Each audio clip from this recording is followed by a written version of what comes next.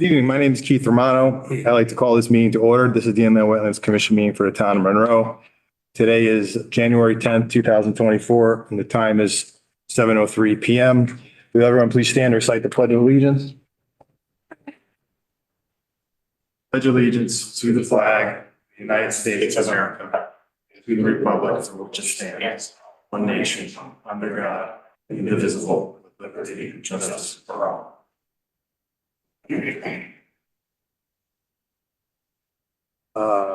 I'll take a roll call. Members of the commission staff present during tonight's hybrid meeting, please answer here present, starting myself, Keith Romano, Chairman, Eric Lindstrom, Vice Chairman. Here. Brian Kelly, Secretary. Here. Smith to my left. Here. Jim Stewart, who's a licensed engineer and surveyor in the state of Connecticut. Here. Here, yes, sorry. Cheryl Valerie, our Planning and Zoning Inland Wetlands Enforcement Officer. Here. Kathleen Gallagher, Planning and Zoning Administrator. Here. And Sarah Stroud, a Recording Secretary. Here. Thank you. Thank you. Before we start, I'll read our mission statement and how the meeting will proceed. Inland Wetlands Mission Statement. The objective and purpose of the Inland Wetlands Commission is to provide for the overall protection and preservation of the inland wetlands and watercourses within the town of Monroe. Meeting procedure. Please note that this meeting is being conducted utilizing electronic equipment in compliance with State Law Public Act 21-1. As such, this meeting is being recorded and will be available to the public in compliance with state law. If you are attending remotely, please remember to mute your microphone unless speaking. Anyone participating remotely shall state their name and title, if applicable, at the outset of each occasion that such a person is speaking. All votes taken during which any member of this body are participating remotely shall be taken by roll call unless the vote is unanimous. The chat feature will not be utilized nor considered during this meeting. The normal course of our meetings will hear public hearings and other applications. The protocol for public hearings is to have an applicant make a presentation to the commission, during which and after which the commission will be asking the applicant questions. I ask that applicants keep their presentation as concise as possible. The commission will then review town staff and other independent comments. The meeting will then be open for public comment. I will ask that all comments be made to the chair or commission. After any and all comments pro and opposition or of a general nature are made, the applicant will be given an opportunity to respond. Please keep comments or questions direct, or a time limit of 3 minutes may be imposed. It is not necessary that the applicant respond, but generally in their best interest to do so. There will be no further opportunity for new questions unless new material is entered in as evidence or testimony during a response. Please keep all comments pro and con specific to inland wetlands related matters. Other applications that do not involve a public hearing will follow a similar format, with the exception that there will be no public comments allowed. The meeting follows our published agenda unless otherwise amended. Are there any changes to the agenda? Yes, Mr. Chairman, I would ask that we add an item to the agenda, which is the appointment of the Planning and Zoning Administrator, Kathleen Gallagher, as a duly authorized agent for your Inland Wetlands Commission, and a nice introduction of her to you. Okay. When should we do that? Any particular spot on the agenda? It's do it now. You're at your pleasure where you'd like to have it, but it would take a 2/3 vote to add it to the agenda, Mr. Chairman. So we had a motion from Commissioner Smith to add this appointment to the agenda. Second by Commissioner Lindstrom. All in favor? Aye. Motion passed unanimously. Anything else to add to the agenda? No, Mr. Chairman. All right, let's get that out of the way now. Okay.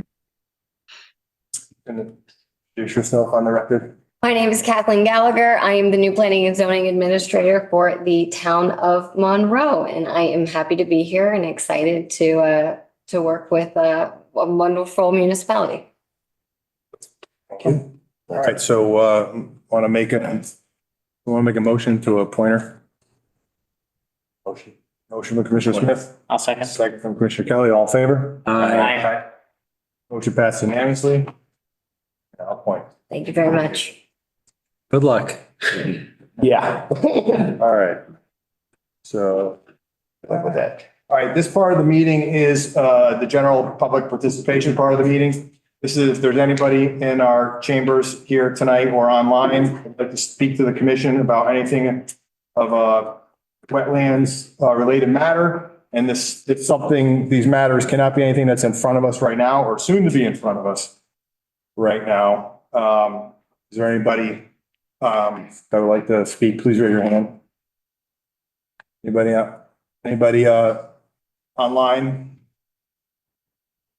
Are you asking if we want to speak about anything? Public- Or that's what's on the agenda? Public participation is something that is not on the agenda or will not soon be on the agenda. Okay. So that's nobody online? Okay, so, sir.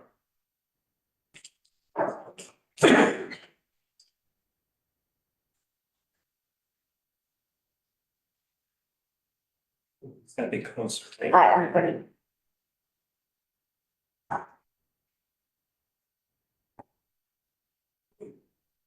Good evening, members of the Inland Wetlands Commission. My name is Joel Lineker. I reside at 70 Huntingstown Road in Monroe, Connecticut. As you may remember, I was at your last meeting and I was having a concern about Gusky's Pond. And it was regarding the lowering of the pond that the town had determined, or planning and zoning, or somebody had determined that it was would fall under maintenance. As opposed to requiring a permit. I'm not here to complain. I'm only here to put something on the record. And I will say that after that meeting, with one of the storms in December, the town went out and tore down part of the beaver dam that was retaining the water. They drilled in 5 or 6 pylons into the ground. And then promptly that weekend on Saturday, the pond was dropped 12 to 16 inches of water. James DeMayo, who is the town engineer, was really good about coming out and addressing it right away. So I'm not here to voice a concern about how James handled the situation. I'm just saying that we were concerned that's a lot of water that ran through that property. Jim has been really, really good at contacting us, meaning members who live downstream from the property. But I would really urge that someone put together a plan for that whole water course, because we just had a huge storm and we're going to drop, and that thing filled up again 16 inches high. And I'm sure that much more water has gone through there. It's just going to be a matter of time before there will be some physical damage downstream. So like I said, I'm here positive. I think Jim did a great job given the circumstance. He's communicating with the neighbors and things like that. So I'm not here to complain about it. I'm just saying that something like this falling under maintenance versus a permit with that much water, you might want to reconsider. Thank you. Thank you. All right, now we'll move on to, comment. What's that? Can I comment? It's public comment. I know, but I would like to comment on specifically Gusky Pond. Yeah. Sure. So I just want to let you know that we are concerned, Joel and everyone else, about Gusky Pond. And I was out there today surveying again because of the storm last night. I was very concerned with the water. Making sure that you guys didn't get washed away down there. I agree with you. I think we do need to take a look at it. I'd like to put it on our agenda at some point to talk within the commission about how we handled the general permit safeguarding everyone who lives in Monroe, as well as the wetlands. I can tell you that I've got pictures if you'd like to see, but it looked really well. James DeMayo did a great job. The pilings were done correctly. There was quite a lot of water going through today, but we appreciate your involvement and we don't want to do things without involvement. And I just want to promote that. I think we really need to take a look at that. Last meeting, you mentioned that, hey, hold it, we got a general permit. Great, but we should also. And I want to applaud Cheryl and Mr. DeMayo for bringing it to our attention so that we can talk about it a little bit. So thank you for your comment. Thank you for your allowing me to say that I care. All right, now we're moving on to regulated activities, application acceptance, regular hearing, hearing determination, IWC 2021-09. A1 file 1182, step 1271 Monroe Turnpike, proposal to modify permit to increase number of residential units from 19 to 25 and increase impervious surface. and add new septic area within 100-foot upland review area. Good Builders LLC applicant, Bay Edwards Associate LLC representative. Mr. Chairman, there is an existing permit that the commission had approved previously. This is kind of in the phase 2 in the rear of the property. The Edwards and Associates is here to explain what the modification is specifically. And tonight you were to determine basically if you're going to have a regular hearing or a public hearing, which would be only if you consider it in the public's best interest for it to be so, if you consider it a significant impact or receive a petition with 25 citizen signatures on it. So if it falls under any of those 3 categories, then a public hearing would be required. Thank you.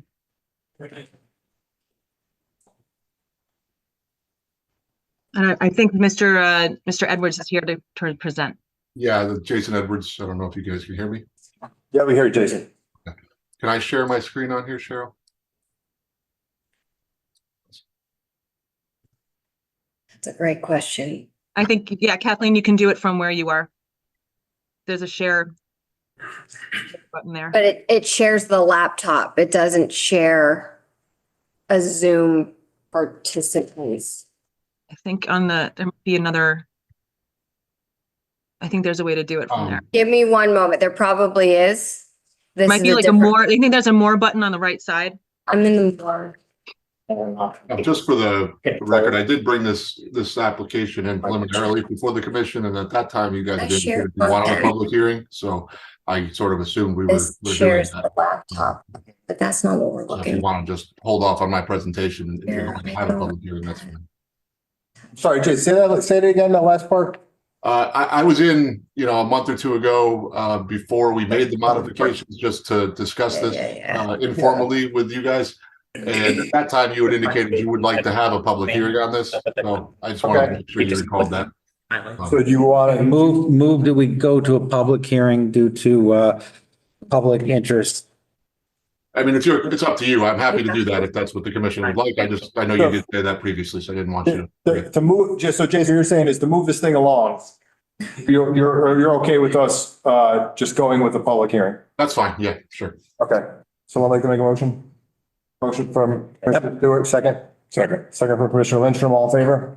Aye. All right, thank you, Jason. Yep. Mr. Chairman, who made the motion, sir? Who made the motion? I did, Jim Stewart. Jim Stewart, and the reasoning was because it was in the public's interest. Thank you. Yes. Thank you. Now moving along to IWC 2023-11, file 1467, 1536, and 1564 Monroe Turnpike.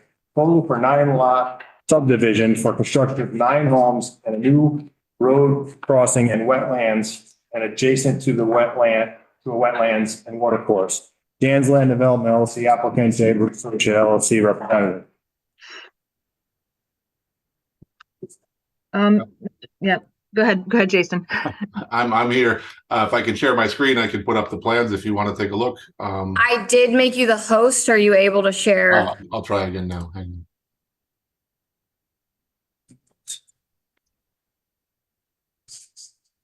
Oh, yes, I can.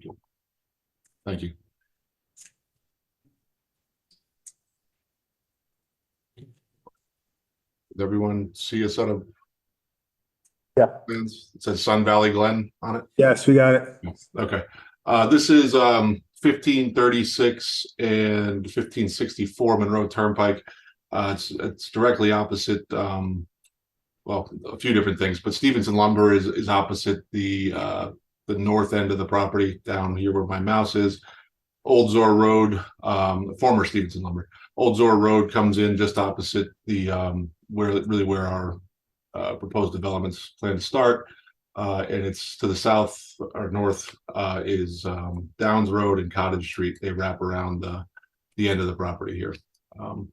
What we are proposing is a cluster conservation subdivision map or subdivision. This would be a 9-lot single family homes. Each lot would be acre and a half. Sorry, I'm trying to control my mouse here. And what this does, as opposed to a conventional subdivision, the cluster clusters the development to, the one area of the property and then preserves a larger area than what's required. So in this case, we'd be preserving 12.5 acres of open space to go along with the new road and new lots here. We are proposing a new road. It's approximately 900 feet long. The entrance would be just opposite Old Zero Road. There's a wetland corridor on the eastern side of the property here. This large portion of the eastern side of the property is wet and relatively steep. There's a series of wetland ravines or intermittent water courses that come down through here and then feed into a culvert that passes under Route 111 and then continues under the Stevenson or onto the Stevenson lumber property and then eventually out to the Boyce Halfway River. So the plan is to enter the project here with a new road, come in, and on the first turn we'd have a wetlands crossing and then continue on, and all the lots would be back in here away from the wetlands. The only lots that would have additional regulated area would be 8 and 9, and they're about 50 to 75 feet from the wetlands. The proposed crossing, originally we had submitted as a just a pipe culvert, but after getting comments from staff, we've now changed that. That is not shown on this plan yet because we haven't gotten it officially into you guys yet. But that's going to be a 24 by 72 open bottom box culvert that's going to be across there. We do have 2 stormwater basins, one here that collects the basically this first section of roadway. All the drainage runoff goes into this basin, discharges out a level spreader back into this wetland here, and then continues back under the same culvert.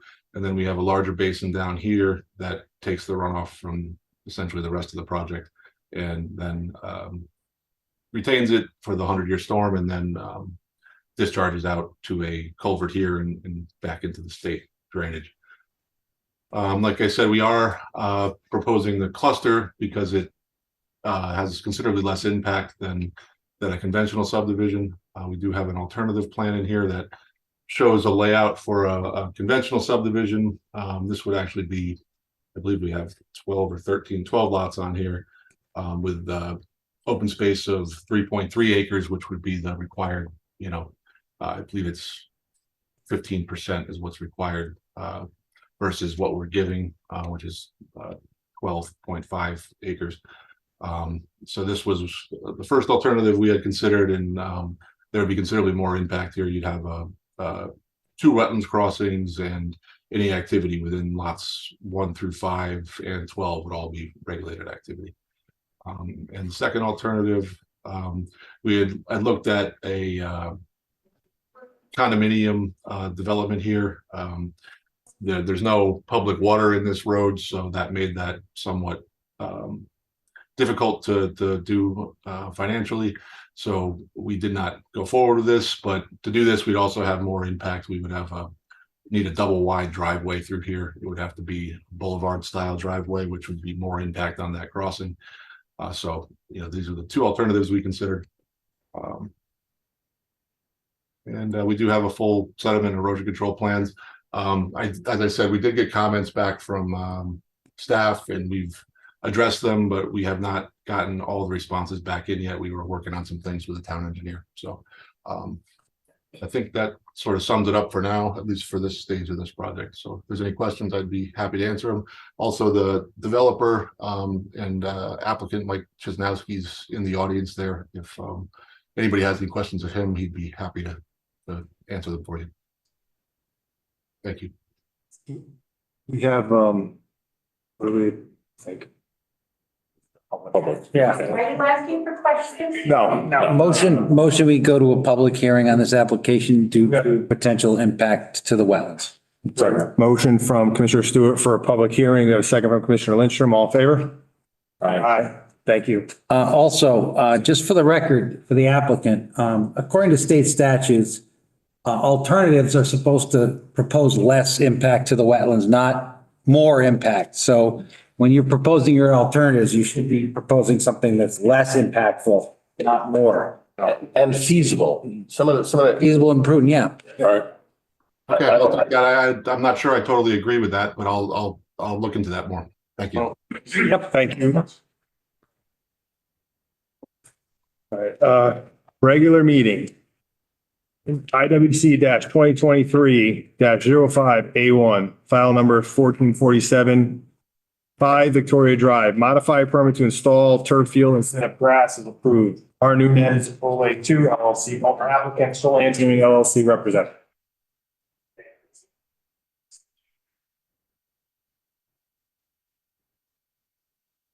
I'm gonna ask, is there any way for Jason to, it's asking me to put in an input code to claim the host back?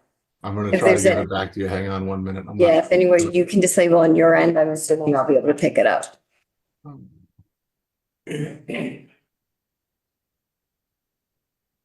working on it. 5 Victoria Drive. Huh? Yeah. And we haven't. Well, never heard it's gonna crash. That was down. Go that way. Well, I just put it away for next. Well, ahead of myself. I'm sorry, I'm not seeing. Okay, hang on. I can make you the host. Yeah, I'm going to make you the host. There you go. Okay, I think I did it. Thank you very much. I appreciate it. You're welcome. I'm sure we clear up, right? So that's why I'm sure we're clear up. Kathleen, we're good? Okay. Yeah. My name is Chris Pulaski. I'm a licensed civil engineer with Solon Engineering. Office is located here in Monroe, Connecticut. Here on behalf of the applicant, Army NAA2, talk about 5 Victoria Drive. If you recall, we were before you last summer for the field expansion projects at the property. And now we're before you to modify the previous approval. The applicant wishes to replace the existing field with artificial turf. Just to orientate everyone, the property is located north of the town of Trumbull, Monroe border. It's right off of Victoria Drive. If you proceed down, it's a property before the Amazon and the Swiss Army. Approximately 8.27 acres. It has about just shy of 3 acres of wetlands. And as you can see from this aerial, there is an existing soccer field currently in place that was approved as part of a different permit, I would say 5 to 7 years ago. So if we recall, the previous application involved expanding the field toward the parking lot. So if I can get the mouse to work here.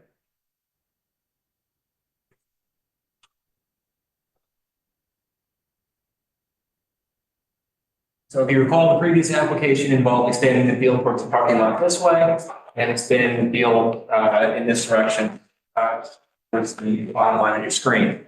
So that was approved back in August, 23rd of August, and now discussed with the applicant, since they're already out there doing the work, they would like to replace the entire field, currently now grass, with artificial turf.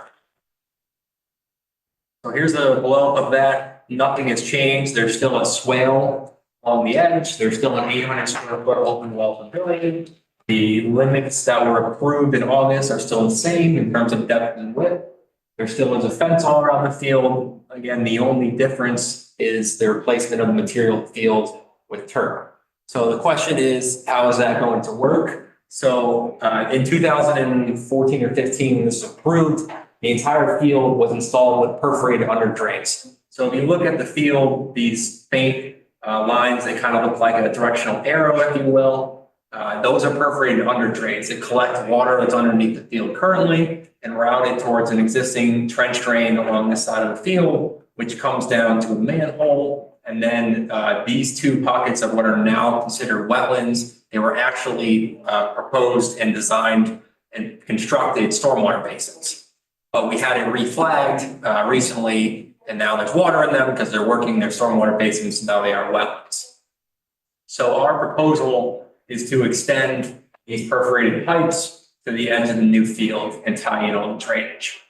I have a field section here, which I'll get to in just a second, but everything's still the same from the previous August application. All the grading is still the same in this general vicinity. The swale is still the same along the side. And the tie-in of the contours to the existing field grades, again, has not changed. So this is our soil erosion and sediment control plan. We're disturbing just a little bit more than an acre. I think it's acres. Again, it's all located, or most of it is located within the upland review area. Hence why we are before you. We are not impacting any wetlands directly.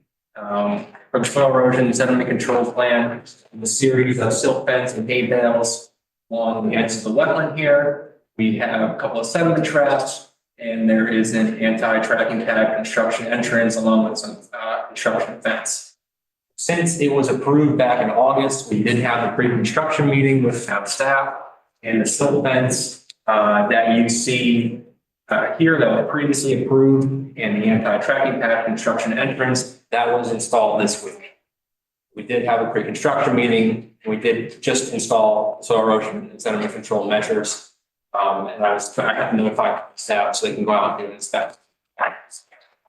So this is our turf field section. So there's a couple of things going on here. So we have the synthetic artificial turf on top. It's also included in this turf infill.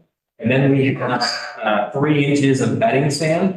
So we did receive one comment on the amendment modification from the town engineer. We originally proposed stone dust for this top 3-inch layer, and James DeMayo, town engineer, recommended or asked that we use bedding sand instead. So we happily switched it to bedding sand. The materials are very similar, but bedding sand, we agree with James, is a better alternative for that top layer.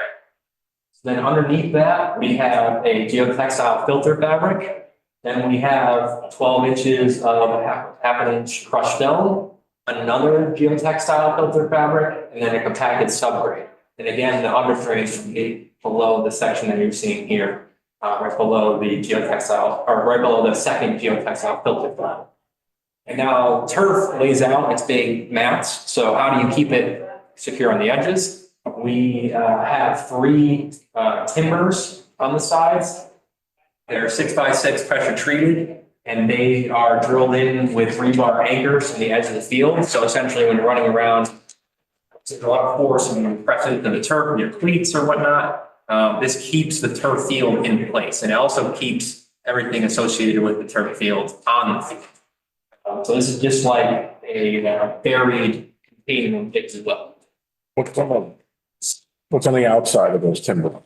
It's underground. Right. So there's soil on both sides. Okay, but so you're not indicating, so you're not really doing much on the outside, you're just backfilling with Correct. regular soil. Exactly. Yep, that is correct. So with that, I'm going to turn it over to Jesse. He's our landscape architect on staff, and he's going to talk about the plantings and also talk about the invasive plan that we have for the invasive minute. Has that changed?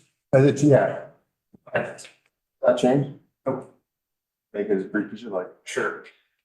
Jesse Schock, Soul Engineering. Since the last time we spoke, the landscape plan has not changed.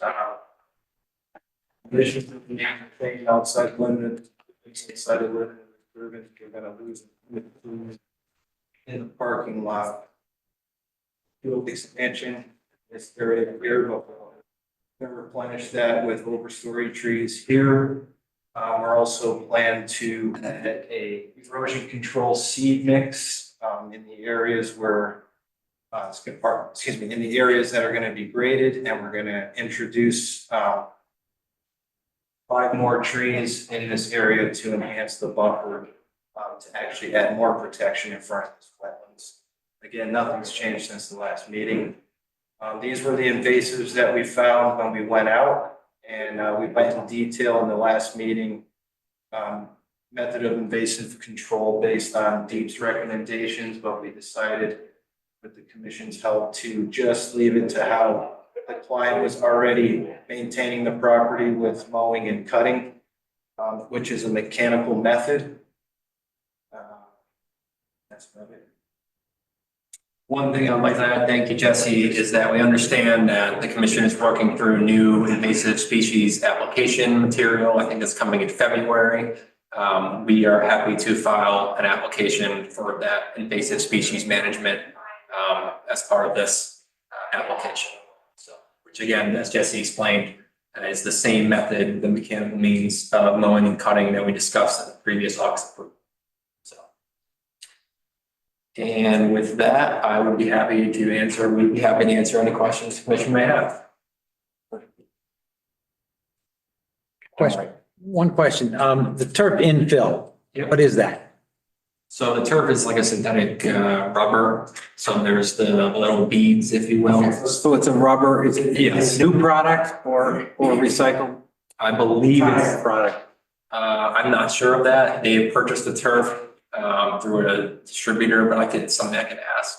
So, but Rolls though. yes, they're rolls. That's Yeah, correct. so it's not a loose granular. No, it generally what happens is it's like they lay out a turf, but it's flat. There's no substance. And then they apply the rubber to it and they comb and groom it in to give it some structure. So you've got the rubber in there. And just so you know, there's been concerns about what people have used in the past. I think that they've changed the formula so that it's not that issue, but they used to use some recycled tires and stuff in that fill and there was some issues. I just wanted to confirm that obviously wasn't going to happen. That's correct. Can you describe it? The grass, it's actually it's a woven fabric. I see it out in the parking lot now. But there's no chemicals that are associated with that leach into. No, it's nothing like that. And then we also have the bedding sand and Right. 3 layers of geotextile fabric.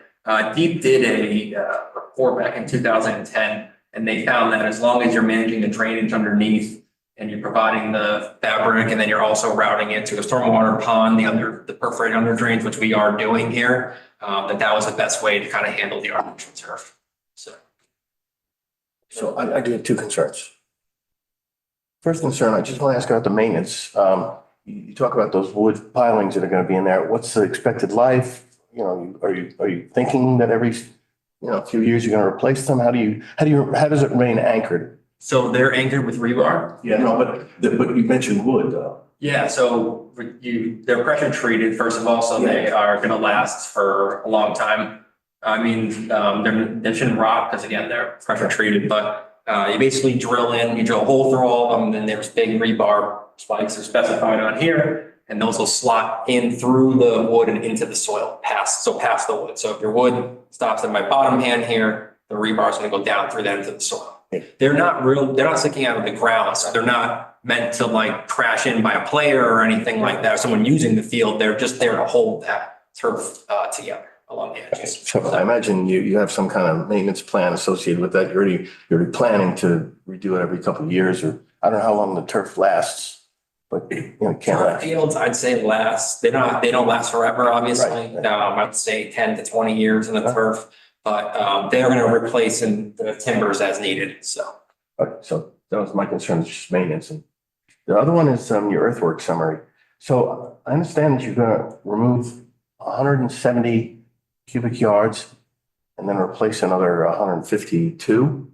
So you have a net, you're taking out 18 cubic yards of fill. that's correct. So we have to do that. So we are in a flood zone. Yeah. So we can't fill. So we have to make sure that we're cutting. So that's why if you look at the grading plan, you're probably wondering, why are we doing this grading? We're essentially pulling this back to create that net cut area, because you can't fill within a floodplain, because then what happens is downstream, the next person gets impacted. Right. So that's why you see the net cut that's associated with the project there. We have to provide that. That's essentially. So the cut is right where it is now. That we're right where the. Correct. So this is essentially in the current state is flat, and then it kind of just drops off here towards the wetlands. We're kind of pulling that slope back so that we get that 18 cubic yards of cut. Right. So That makes total sense. that works. I appreciate the question. So thank you. Why do you have a different net yardage? Because it was not flat before, now it's going to be flat?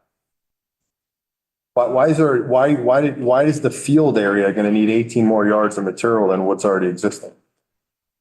The earthwork is associated with outside air. Well, I understand that, but you said you had to make up for a compensatory situation. So anytime you do work within floodplain, we're not in a floodway, we're in a floodplain right here.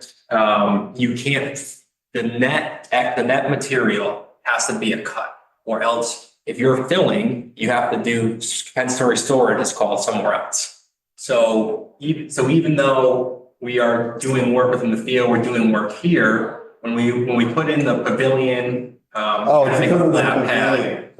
Correct, we make a flat pad. Fill in the field. No, I have nothing, sorry, I misunderstood. The elevation your of the field question. remains the same. Correct, yes. That's why I was wondering why We need a there's flat pad for the pavilion, so then when you're filling for the pad, we're gonna cut somewhere else, so that's where you see the hill being pulled back. Gotcha.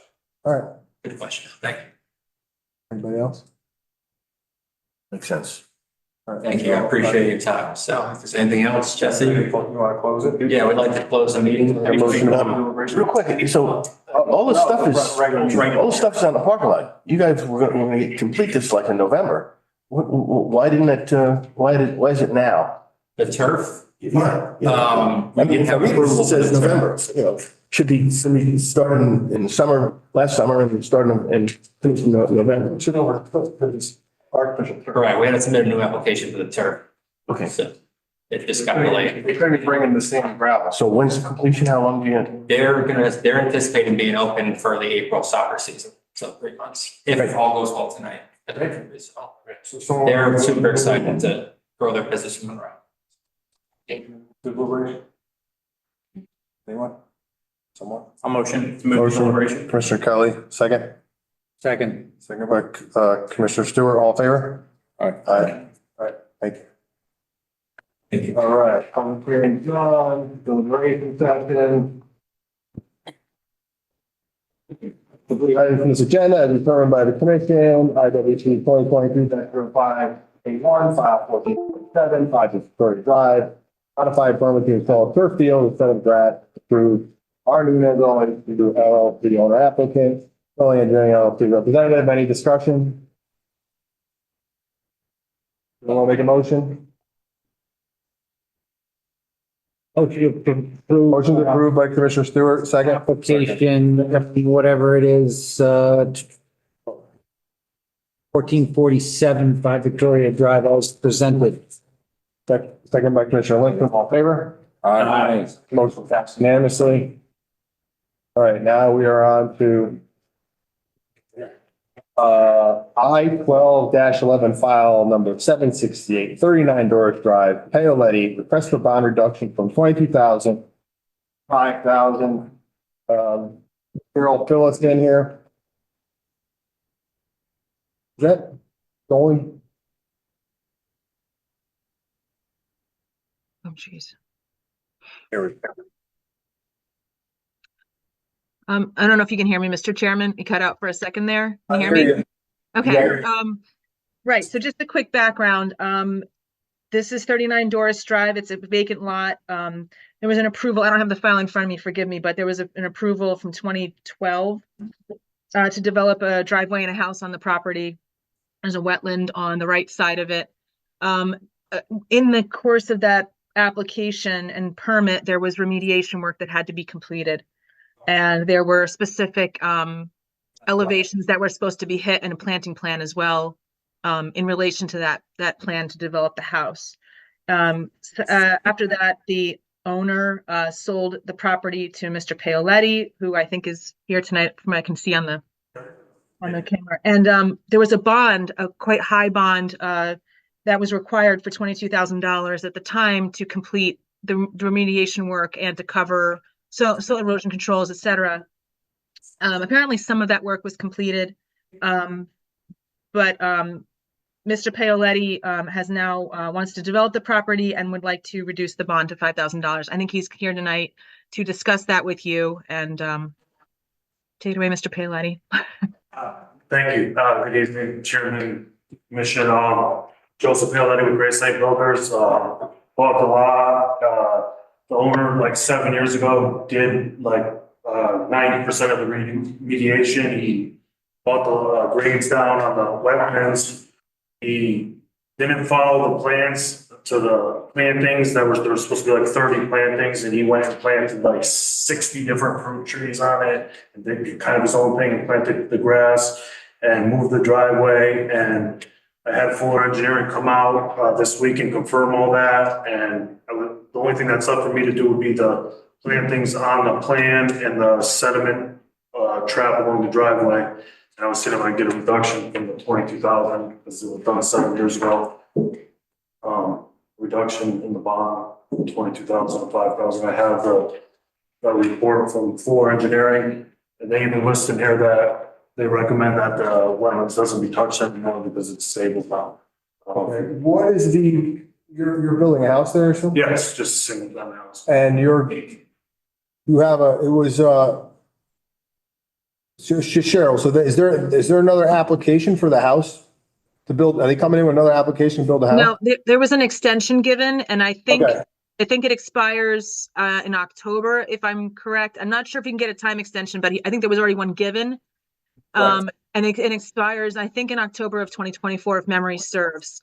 was- I wanted, from staff perspective, and I did speak with the town engineer about this, we wanted to be sure, to reduce a bond, there has to be, right, like you said, a level of completion that has to be demonstrated. That would be done by a surveyor who really goes out there and like does an elevation of what is existing to see if it matches what was permitted to be completed, as well as really giving us a list of exactly what plantings are out there and compare that to the planting plan so that you can make an informed decision as to whether the bond should be reduced, and if so, by how much. And I have all items 1 through 5 have been addressed, and he writes in here his full report on the 5th. This is up to you, Daryl, I don't know if you got it. So my question was, is there another bond for the development of the property, another wetlands bonds associated with the permit that's been extended? Well, since the permit was extended, all of the conditions of the permit have been extended. As my understanding is, I don't think Mr. Provenzano ever submitted a bond, as far as I know. Is there one required in order to develop the property? Yes, for $22,000, right? I thought, okay, so I'm a little confused. So was this 22,000 for a remediation project? It's Or was this the for, construction bond? it's Or was both. it both?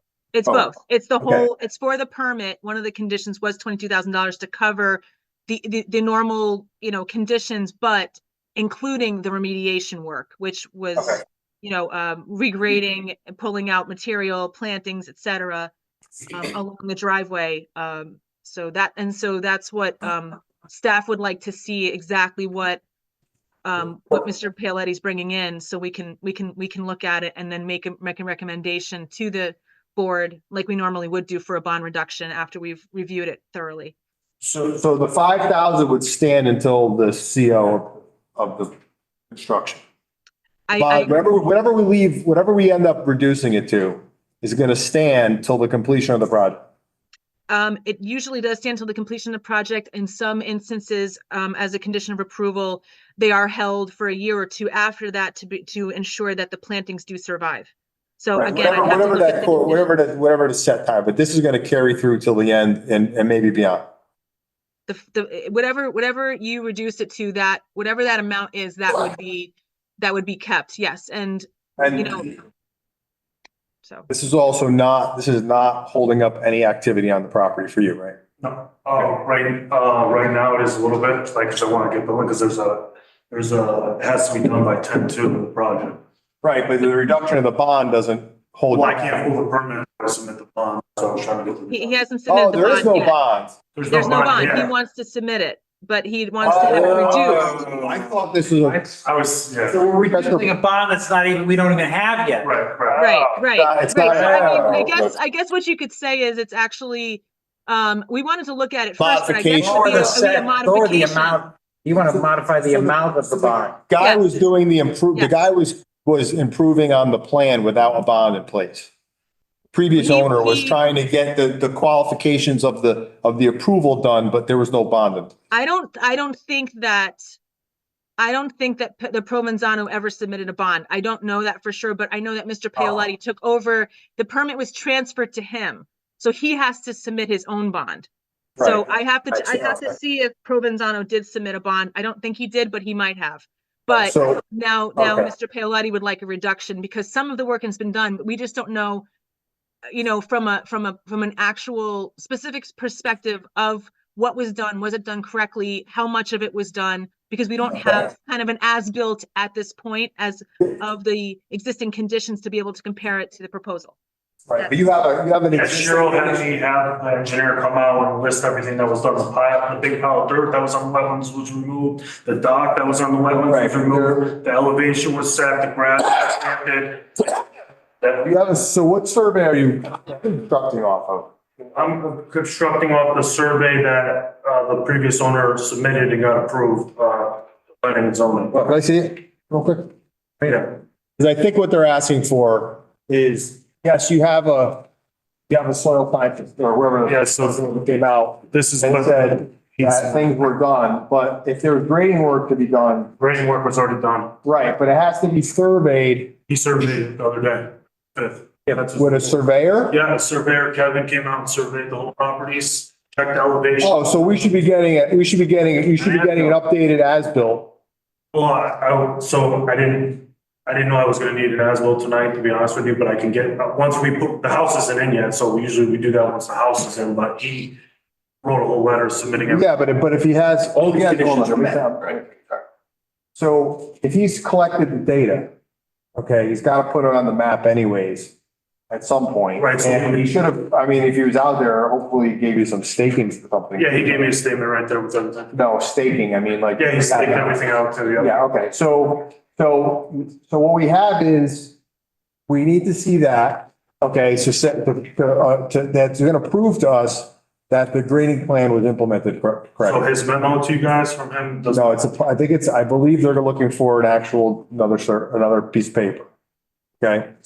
Sure. Not, Requesting a survey from me originally. That's what, we Yeah, wanted there- something from a surveyor that shot, remember, we talked about shooting the elevations as Right. existing. So And he that's did what we were that with looking Kevin. for, and James is but looking for that as well. he already collected the data. Right. So it's all, and he has to upload it onto the file anyways. Right. So it's just something he has to do anyways. You're just gonna take a snapshot of what he does now. Yeah. He just has to Yeah. turn on the computer, open up your file, import the data, and get that plan. It's something you want. Well, and I would also assume that they would recalculate the bond. Right, that's, Well, this is yeah. probably. Do a bond calculation of how they come up with $5,000. So he stated that in here, based on wetland remediation work done to date, the owner is seeking a bond reduction in the amount of 17,000. The remaining 5,000 is significant to complete the outstanding remediation items. But I want to see the plans that he's got to put in, whatever else is working. Well, that's my next- that was my And- next And the thing. value of it, once Cheryl says, yes, what he's done is appropriate and good. Then you can have, reallocate. So on the second page, it lists everything that was already done too already.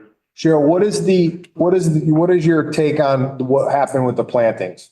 You're saying. There are, the property is, I didn't see any piles of material like he said. I didn't see the dock like he said, like you're right, those things were removed. There were a bunch of plantings out there, but the property is, it's not maintained. It's kind of overgrown. There's a lot of plantings and, I can't go out there in the middle of winter and figure out which plantings are which, et cetera. I know that some were planted. You can tell some were planted, but I don't know what the species is and what the number is. And I have a list of the species. that's usually what the applicant has to provide to show that those things are in. Plantings that are on there. I mean, So what he's I- put like, I'm sorry, Who drew the plan with the plants on it?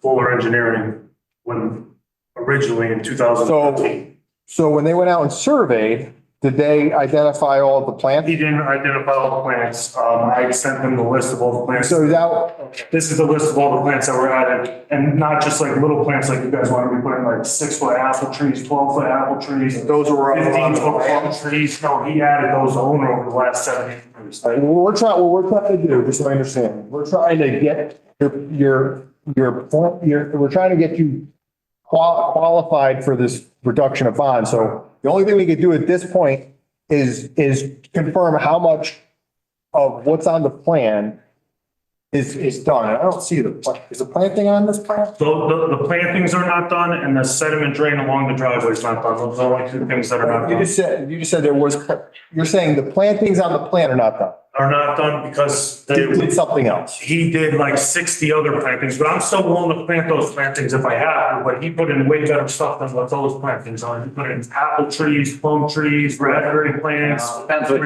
you're trying to accomplish. Right, okay, that's.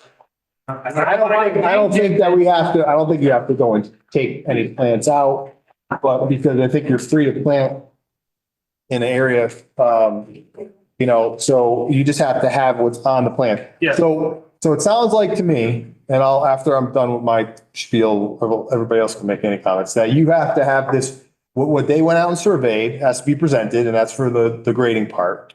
And then a bond request, and if that's satisfactory, then the bond request, meaning you've met the grading's been done, then a bond reduction is gonna have to just cover the plantings and this other drain thing you're talking about, Right. right? So, In my defense, when I met with Cheryl, she didn't ask me for an as-built for this meeting or I would have had it because now it's gonna be, if it goes into another month, then I can't go. I gotta start building. She only asked me for a letter. No, I didn't ask for a letter. I asked for Okay. a plan. I asked for a plan. I absolutely did. On site when we met, I said, because I have to compare the two to show the different elevations. I said it can be a separate plan or it can be an overlay. However that happens, that shows existing conditions. I definitely, because so that we could look at it from a staff perspective with the engineer and that the You commission wanna, could look you at wanna it. work with Cheryl and make sure that, I mean, the best case scenario is at the next meeting, Cheryl says, yeah, they did this. We recommend that the staff recommends the bond be this, and then we're. Yeah, I could submit a new as-built with him doing it. They staked it all on Friday. I mean, he definitely states in this letter everything that's been done. If you right, he just has to give us a plan that represents that.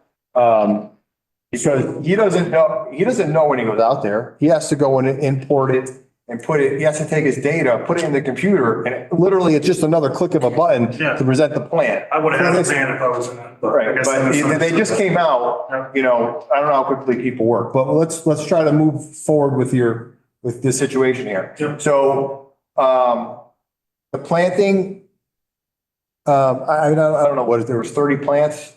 Does anybody have a copy of that? There's 30 plants on the plan now that was submitted. This plan That's doesn't have a plan. approved, yes. What's the plan that was part of the original permit? Where's the That's planting? the plan part of the original permit. Where's the plant list? The plan, The plant list that was approved, whatever this was. it's on there. It's all like small. I don't have. Where is it? Where I'm asking for the actual document, Yeah, the piece of paper. I don't have it there. Well, you didn't get it when you bought the property? No, I do. I don't have it here because I thought it was on that plan, but it's not when I brought it in. Because what I would like to do. Those aren't plants there? No, but it doesn't have the plants on it. Doesn't have the list. Yeah, I just saw it. I didn't see it. I mean, there's a lot of stuff on there, but I just want to get my eyes around what's the other proposed structure that has to go in. That's on here, right? Because maybe we could sit here and figure out what we would reduce it to if the plan shows the grading was done right. And then we could authorize, What's the point of spending our time? because then he produces the documents to Cheryl showing that the grading was done. She can deal with it. And we know what the plantings, and we could be comfortable with a value. We could authorize her to reduce it once he produces the right documentation instead of him waiting till the next meeting. But we'd have to see what the plants are. I know what plants are, and I can look at where this other drainage thing is, and I could, come up with something. We can all agree with it. We don't have the plant list. Our engineer is anticipating whatever submittal he has. The landscaping plans as well were for remediation purposes along the wetlands. So they were wetland specific plantings. So those, I mean, I think they were around 30, if memory serves. Again, I'm sorry, I don't have the plans in front of me, but they were supposed to be where the fill was taken out and the regrading was done to stabilize the wetlands and enhance it. Any idea what size of plants these were? Or any like anybody have? They were like 12 to 18 inches, and I'm more than happy to plant those plants though. I understand that. Well, you gotta understand what I'm trying to do. I'm trying to talk to this commission Okay. and try to negotiate what we would reduce the bond to if your plan comes back. So you get it on Friday, you submit it to Cheryl. Okay. And it shows that the grading was done. We're gonna agree to what we would reduce the bond to if that's done. Yep. And then once you prove that documentation, then she would be able to reduce the bond. Okay, no problem. So, but we don't have the information. I would like to see the plant list or know from somebody, what they are. But if you're saying they're 24-inch plants, you know, those are gonna be $30 to buy. And if you go triple net them, you're talking about, you know, $2,900 or something, whatever the math works out to be for a planting value. Right? So if there's no trees, you know, that were in the plan, if it was all just shrubbery, I would be comfortable at $90 a plant, right? And then whatever this other part is that I'm trying to find on the plan right now. 7-inch trap along the driveway, 12-inch deep, with, stone in it. That's this whole perimeter right here. Yep, the driveway. It's on the side of the driveway. And that's because I'm just trying to okay, here's the one. Stitch with stone in it. Does it have a, you can try to call it proposed, but no. Here, Jim. You can put the length of it. You want to put a guess on it? Gravel line sediment trap. Say how long it is? This? Yeah, that gravel, that thing right there. Oh. That's a permanent? 1, 2, 3, 4, 6, 7, 8.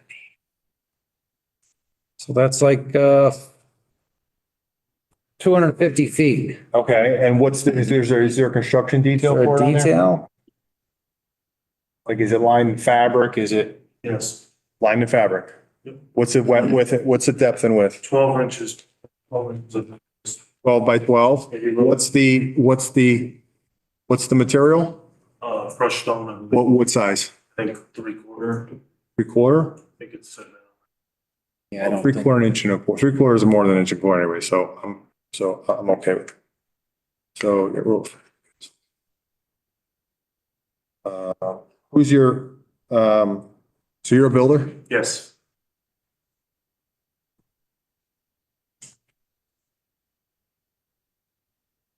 So he's got 12.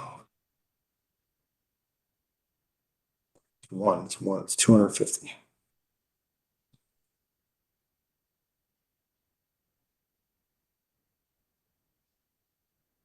So.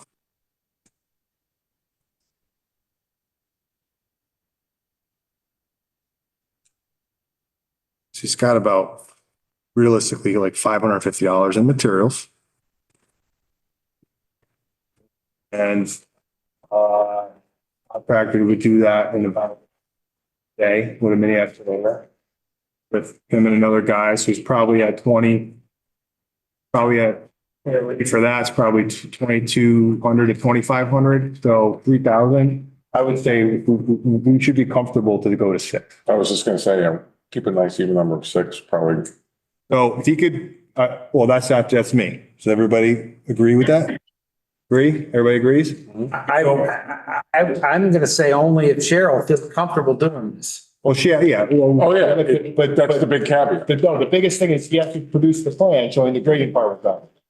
So the only two things that are left are these plants and this swale or whatever it is. Well, that's, yeah, if that's the case. Right, anything outside of that, then Cheryl, you comfortable with this situation? I just, I'm not sure how it's gonna work if it doesn't, Then you don't release it Then you don't anyhow. really- I don't release it, then it just, He yeah. gives you the survey from the Right. surveyor showing that the grading work is done and it's satisfactory as they're describing in the letter. Sure. Right? And then assuming he's right and the plants are, 18 to 24 inch shrubs, 30 of them. And then, But does he have to now clean out that whole area where these plants are going? Is it all overgrown again? not where the plants are. Not where the plants are going? It's all along there. I Parked it along. It's still at that, even if they had to, mean, I'm asking you, Cheryl, do you know of any other thing that's glaring that needs to be done? At this point, no. Again, I don't have the file in front of me, but those were the outstanding. He wanted a bond reduction, and we wanted to confirm the elevations Okay, and what plantings were This in. is where the and what plantings are were going. not in. So that okay. was the big thing. grass area. Definitely think there needs to be a bond. Again, I'm gonna have it reviewed again by James and I. We're gonna go over it and really look at how much we thought the bond should be reduced by. But Yeah, I mean, I didn't could support it if Cheryl's good with it, and if Cheryl confirms that all the other work is done, there's nothing more, and they agree that the bond is reasonable. Maybe we say that if the bond can go as low as 6,000, so they have. Right. They have a Well, floor, what- right, they have a floor, but it could. They have a floor, but yeah, so we'll authorize that you can go down to 6,000, right? Once all the documentation that you feel is necessary to have, we'll go down to 6, but if you feel it needs to be a little bit higher, that's your discretion. I got more, all the trees that are planted too. There was a second part to that, they require a 3-year, like, Look back here. look back Yeah, at that's it. part of the bond. Ask it if we can go down to 1 year. No, it's standard. 3 is standard, right? Isn't it? 3 or 2? It's 3. 3, yes. 3. Let's get the work done. Then we'll talk about reducing the amount of time. Right. It's been how many years? You gotta remember too, if it's only It's the been a plants, long time.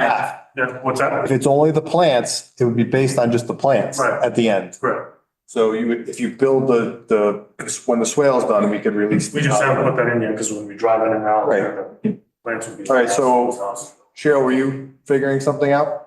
I'm taking notes based on what you're Okay. saying, so I don't miss So, anything here.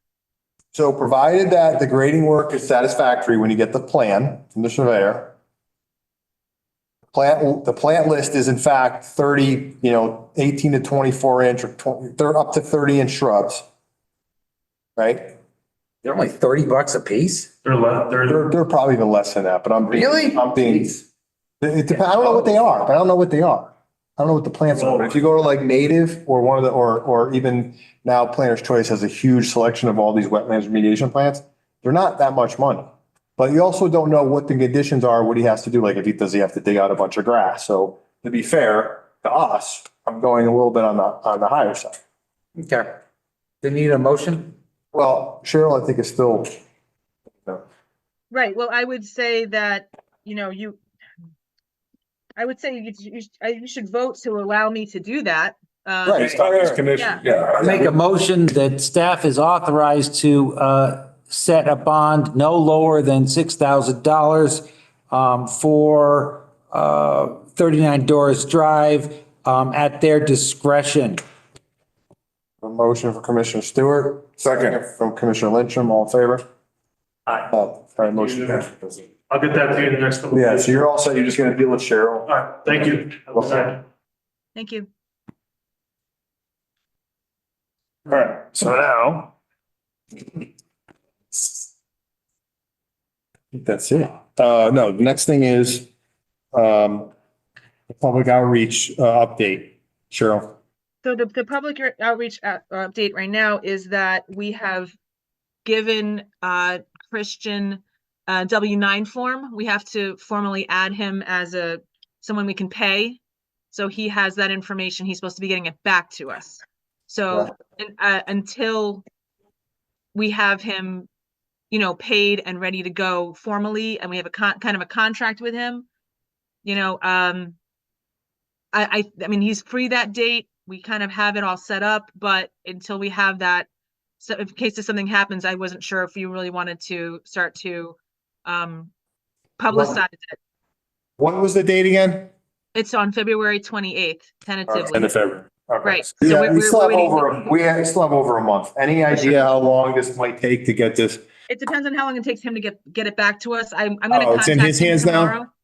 It's in his hands. Yeah. He has the form. He's supposed to get it back to us. I will probably contact him before the end of the week just to see where he is with it.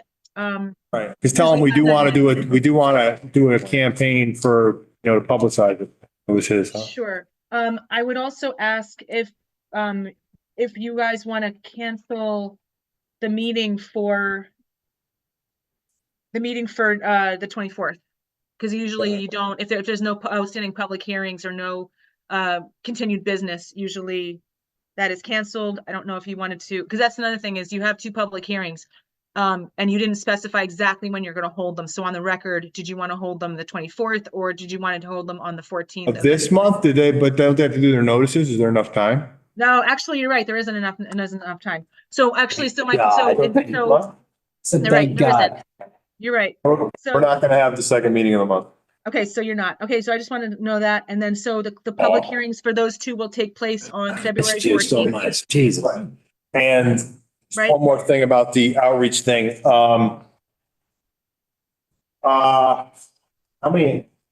want to invite also, I don't know if we discussed, it's been such a while, but we want to invite Solely and make sure they get an invite, and also Edwards Associates and any of the associated landscape architects, or their landscape consultant, whatever that may be. So whether they, they can open up to anybody who would be doing that kind of work in the town of Monroe. And I can't think, there's got to be another, Rose and Tiso.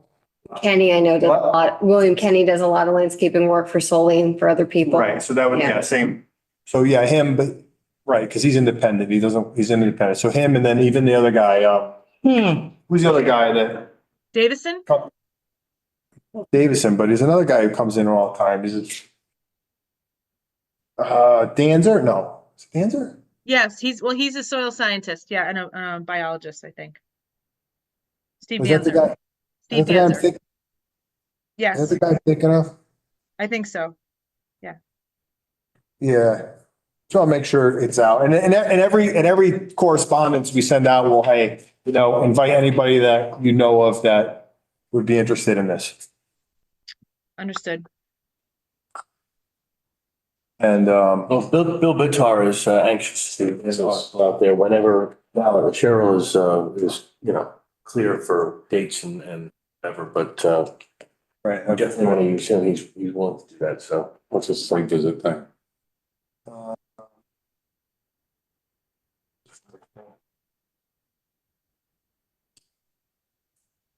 Oh, actually, you know what? I'm glad you brought this up.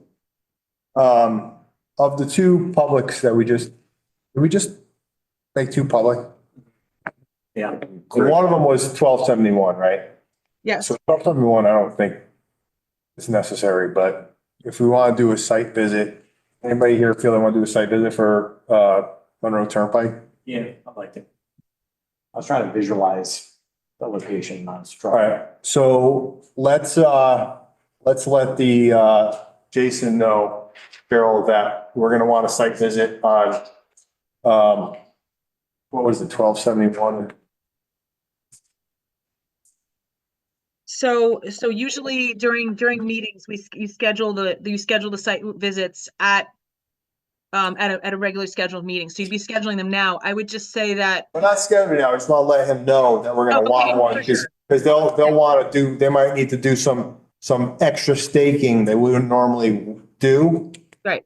So as long as he's got, so he knows, it's on his radar that they have to get, a staking done, seeing how it's winter, they might want to take advantage of good weather days, whatever. Understood. I'll let him know, and then you can formally schedule the exact day and time at the next meeting that you have, which would be February 14th. When you open your public hearing, you can schedule a site walk at that. Okay? Okay, Yeah. I'll let him know. Okay. I think we're. One more smiling face out in the audience. Is he just because he misses all of them? Yeah, Bill just hanging out, Yeah, I guess. here to talk. Oh, he's just supervising. Hanging? It's just observing. He's checking on us. Nice to see Making you. sure that you guys. He's checking on me is what's happening. He's checking on You me. didn't do a very good job. I find that hard to believe. He's Then I motion to adjourn. Second.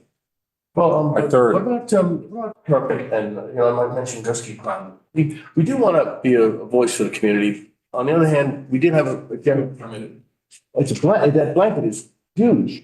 And I just, I think we should, I I appreciate that it was brought to our attention by Cheryl and James that, Gusky Pond was happening, but, what should be our, to. Look, this is what I think.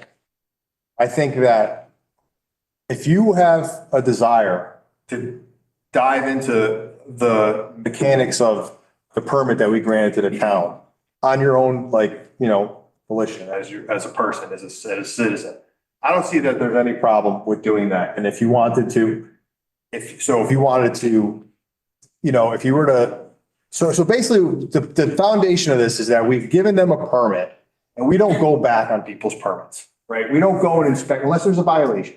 The only way the town is going to get a violation is if Cheryl issues one to the town, right? If she's doing an inspection and sees the public works people are doing something wrong. I'm not sure it's happened, but it's probably very rare. So if there is a way to look back that we're not aware of, to further look into how something is being done.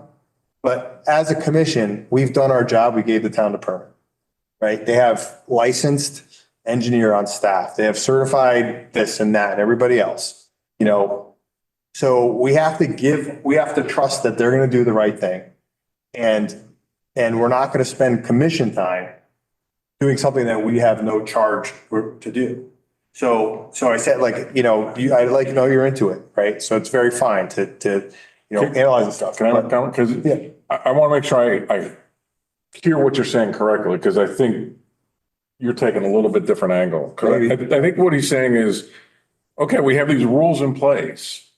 Should we reconsider these rules? Because maybe there's not enough attention paid to one thing is too general. Right, maybe it's too general. And so is there a path to adjust these types of permits? Not to say that we're going to go back in time on this one, but going forward, is there a better process that maybe we can come up with? Or maybe there's To that point, honestly, in total fairness, so we gave the application approval to Public Works.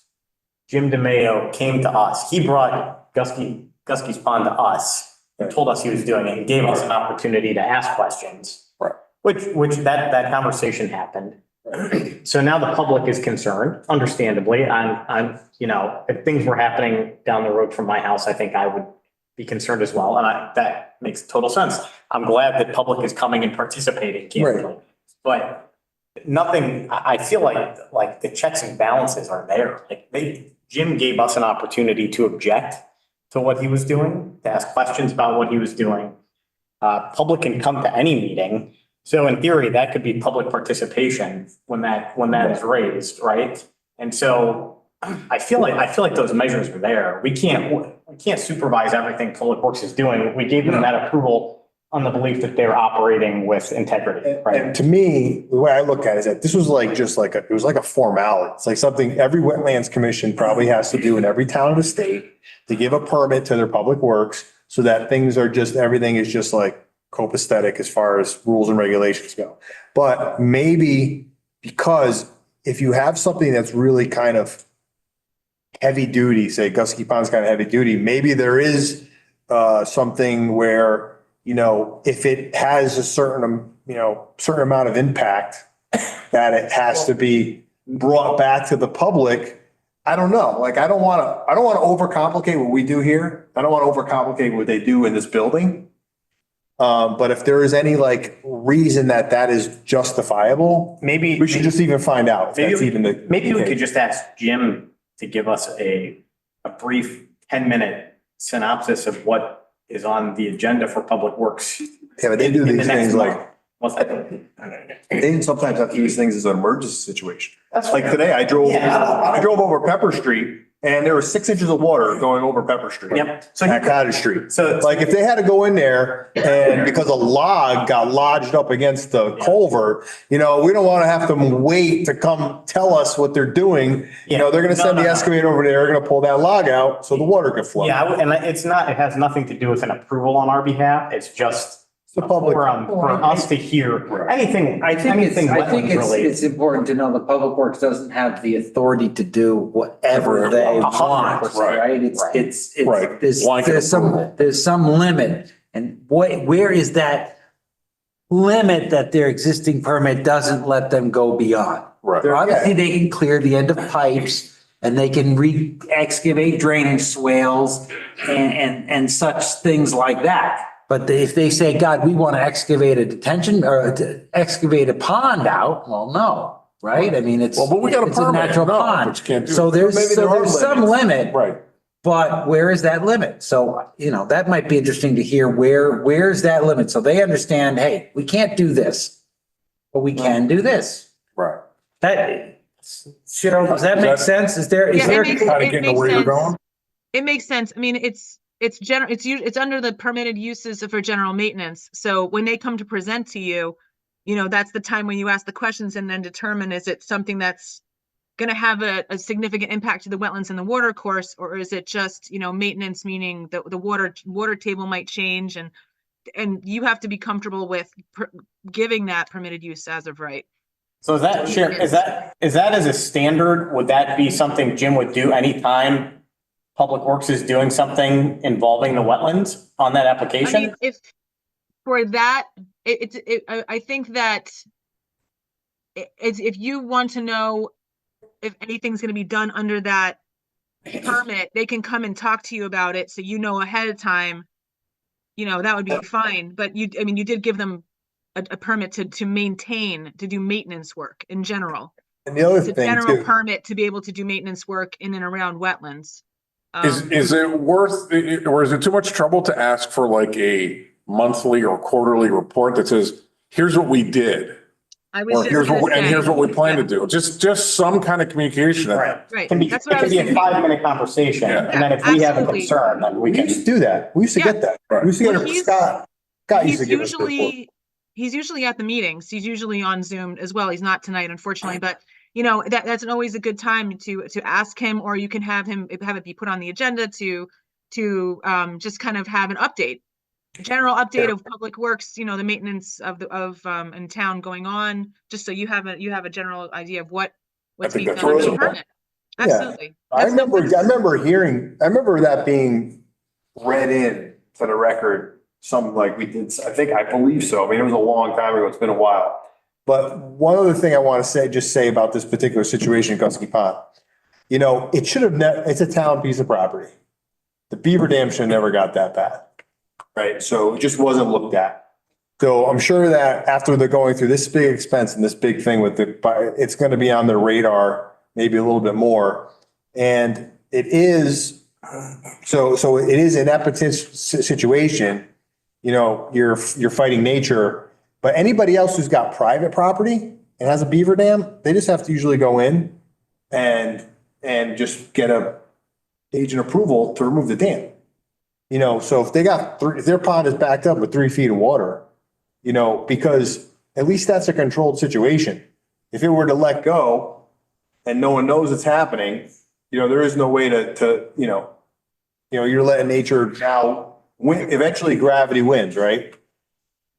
So you're basically doing it in a controlled way. So my point is that this particular situation with a beaver dam is because it was on town property that really was brought to its attention. They get released all the time, not just necessarily Monroe, but all over this place. There's tons of them. And most of the time they just go in, they get a agent approval to do it, and they pull it out. And there's no really anything to do about it. You can't have a permit because the damage is happening so fast. They're brutal.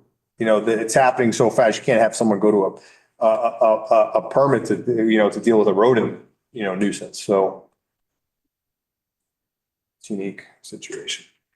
Well, the situation with Gusky Pond, the problem was back in 2011 when Ed Risco was out there with a chainsaw and then he let it loose and there was no warning downstream. They got flooded, they overflooded. It could have been, we just don't want that to happen again. So the limitations, yeah, but whereas limitations reporting, yeah, but we don't want to slow anybody down. We do not want to stop progress and maintenance in this town, especially with emergencies like today with water being over the road. I get it. I just, there's going to be some kind of middle ground where we can say, hey, we're looking at this for, the fall, or we'll look at this for, a little look ahead or, somehow I want to encourage, because we are public, we are the ear for the public, and we should be concerned. I appreciate what you said, hey, got a permit, kind of thing. But then if you notice what Jim DeMayo did, he said, hey, we got this. This is how it's going to happen. You come to me, we're going to talk about it. And, he really, he got with the people and say, look, I understand your concerns. We hear what you're saying. We've got a plan. Come to me and talk to the plan. That way it didn't burden us down. I don't have any problem with the way Gusky Pond happened. Thank God it didn't happen like it did back in 2011 though. So there's got to be some kind of consideration of limits, or some kind of, I want to applaud him coming to us and saying, hey, I want to give you a heads up about this, Well, the first thing we do is we got to find out if there are limits, because that would be, the basis of where we go from there. You got to find out if there's limits to what the permit that we granted, the 10-year permit to the town. So, we wouldn't necessarily look at that because usually the town doesn't engage in major wetlands projects. But Again, he came to us. He Right. came to us with this one. So it's not like, This wasn't a surprise. no. Right, but did it trigger, if there was a limit, is there a limit? And if there is, what would trigger that so that it would have to be brought to the public's attention to deal with? So, unless that permit covers any possible thing that falls under anything to do with any maintenance, and certainly taking apart a beaver dam is a maintenance thing, then, that's it. That's it. That's as far as we could take it. So we just have to know if there is a limit, if there's something where we get to look at anything the town's going to do that's beyond those limits. I would That's say the first step. That's just the first step to identify that. I can look at, read the regs and make copies of that section for you, and we can look over it. And it might take a modification of the regulations. It may, but let's make a copy of the regs in that the permitted use as of right section. We'll look at it.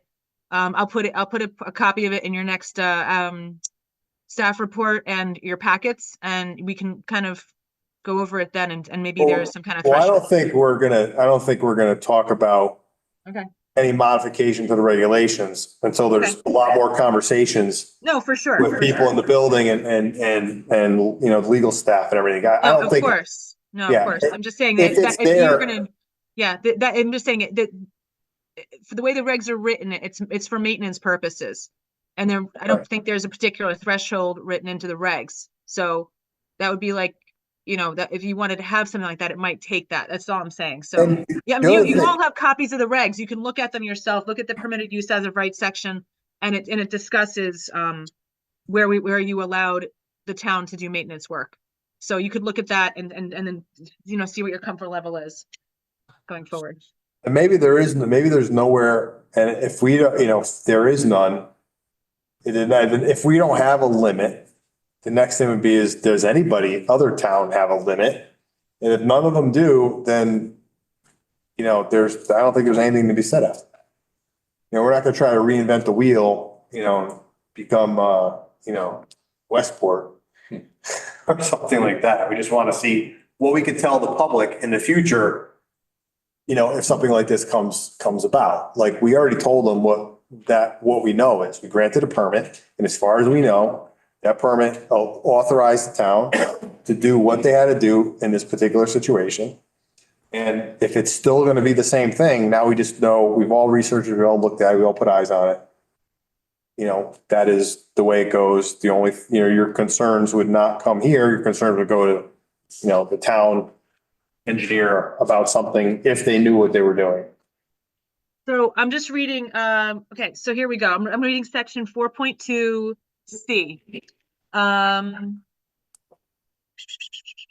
The following operations and uses shall be permitted as non-regulated in wetlands and watercourses, provided they do not disturb the natural and indigenous character of the wetlands and watercourses by removal or deposition of material, alteration or obstruction of water flow, pollution, and wetland watercourse. Maintenance by the town of Monroe or its agents of man-made drainage structures, including detention basins, man-made holes, manholes, catch basins, pipes, inlets, outlets, level spreaders, riprap stabilization, energy dissipation, drainage ditches, swales, stormwater quality control structures, dry wells, recharge structures. Here's this part. When access to said maintenance will directly impact wetlands or watercourses, the commission must be consulted prior to commencing activity to determine if specific permitting is required. So you guys gave a general permit for them. So that's the section of the regs. There might be another section. I'm taking a look right now. So. Well, we don't need to solve it tonight. No. Okay. And No, can we I look just into wanted it? Have some conversation with James when you have the opportunity, Cheryl, and we'll Yeah. pick this up. And I didn't mean to derail us. I just want to make sure that in the future, we're doing what we're supposed to do, and that is being a here to the community and not shutting them down. Much as, hearing what they have to say. What we can do for them. Okay, so the motion on the table in a second, I think. Motion for Commissioner Stewart to adjourn. Who's second? I motion to adjourn. Oh, you motion to adjourn by Commissioner Kelly, second by Commissioner Stewart. All in favor?